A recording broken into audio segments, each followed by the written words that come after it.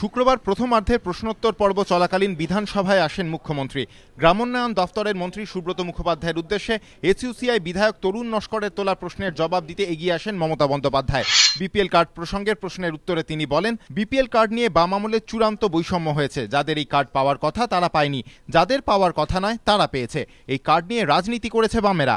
তারা যা জঞ্জাল তৈরি করে রেখে গিয়েছে তা পরিষ্কার করতে 50 বছর লাগবে। আপনাদের উচিত 10 বছর মুখে লিউকোপ্লাস্ট লাগিয়ে রাখা। বিধানসভা কক্ষের বাইরে মুখ্যমন্ত্রীর এই মন্তব্যের উত্তরে পাল্টা কটাক্ষ ছুড়ে দেন বিরোধী দলনেতা সূর্যকান্ত মিশ্র। 50 বছরের জঞ্জাল, 50 বছরের জঞ্জাল হলে তো সেই জঞ্জালের মধ্যে উনি একটা বড় জঞ্জাল। 50 বছর তিনি পাবেন কোত্থেকে আমি জানি না। না, লিউকোপ্লাস্ট তো অনেক আগে বলছি, অনেক দিন ধরে উনি লিউকোপ্লাস্ট, সেই ব্রিগেড থেকে একবার লিউকোপ্লাস্ট, যেটা ওই পাগলু গান হয়েছিল, সেখান থেকে তো আমরা লিউকোপ্লাস্ট শুনে আসছি। মানে এই সরকারের আমলে মানে পাগলুর জন্য কোনো লিউকোপ্লাস্ট নেই উন্মুক্ত, আমাদের জন্য লিউকোপ্লাস্ট।